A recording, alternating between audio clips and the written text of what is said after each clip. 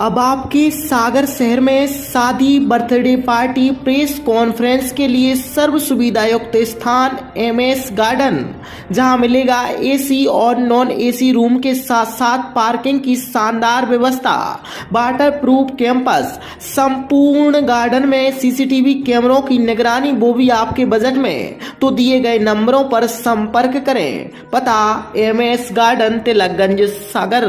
बीते दिन आचार्य श्री की संलेखना समाधि के बाद संपूर्ण भारतवर्ष में मानो अंधकार सा छा गया। जैन समाज ही नहीं, अब तो सर्वधर्म के लोगों ने आचार्य श्री को नम आंखों से विदाई दी।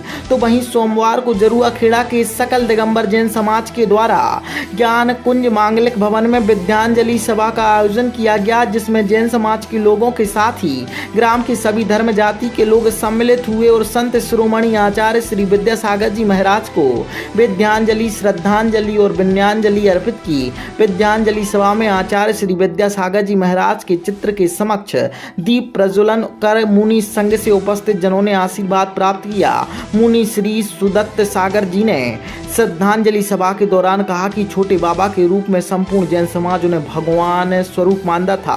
उनकी साधना ज्ञान के कारण, जैन संस्कृति को उनकी अद्भुत देन के कारण उन्हें सर्वोच्च आचार्य का स्थान प्राप्त था। हमें आचार्य श्री के बताए गए मार्ग पर चलकर मानव कल्याण के लिए तन मन धन के सहयोग करना है, जो आचार्य श्री को सच्ची श्रद्धांजलि होगी। आयोजित सभा में जैन समाज के लोग, महिलाएं, बच्चे, बुजुर्गों के साथ ग्राम के सरपंच, जनप्रतिनिधि, पत्रकार और गणमान्य नागरिक शामिल रहे। कुछ भी नहीं, सिर्फ दाल रोटी, 2-4 रोटी और दाल, बिना नमक का कैसे खाते अपन लोग बताओ। अगर कम नमक होता है तो अपने भीतर भोजन नहीं जाता।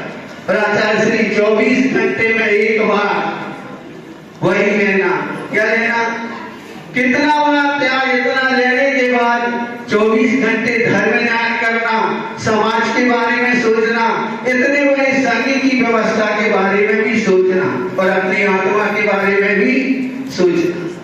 इतने बड़े आचार्य श्री जो हमारे बीच में नहीं है, लेकिन उनकी जो बताए हुए मार्ग है वो हमारे बीच में है। हम उनके प्रति सच्ची श्रद्धांजलि तभी समझेंगे जब हम उनके बताए आदर्शों पर चलेंगे। आचार्य श्री ने ऐसे ऐसे शिष्य दिए हैं जो उनकी कमी तो पूरी नहीं हो सकती, लेकिन आचार्य श्री के गुरु ने कहा था कि तुम गुरुकुल बनाना, तो उन्होंने वास्तव में इस भारतवर्ष में आचार्य श्री ने गुरुकुल बना के दिया। गुरुकुल की शिक्षा वहां प्रतिभा स्थली में प्राप्त हुई। शुरू से ही त्याग और तपस्या की महान विभूति थे। बड़े बड़े आचार्य जो थे वो कहते थे अगर साधना देखना है, अगर त्याग तपस्या देखना तो आचार्य श्री विद्यासागर जी के बारे में ऐसे आचार्य श्री देखिए आप, जिनका जन्म कर्नाटक में हुआ, दीक्षा राजस्थान में हुई, कर्मस्थली मध्य प्रदेश बुंदेलखंड में हुई और संलेखना कहाँ हुई, जाके छत्तीसगढ़ में हुई। ऐसी महान युवती जीत के देखो आप, कहां से कहां आकर के कहां जाके संलेखना। आचार्य श्री ने तीर्थों का जीर्णोद्धार, पत्थर में मंदिर का निर्माण की सोचती के 2-2 हजार वर्ष तक हमारे जैनी भाइयों के लिए किसी प्रकार मंदिर बनवाए। फिर जो भूकंप से भी उससे पीड़ित नहीं हो, भूकंप का भी असर उस पर नहीं पड़े।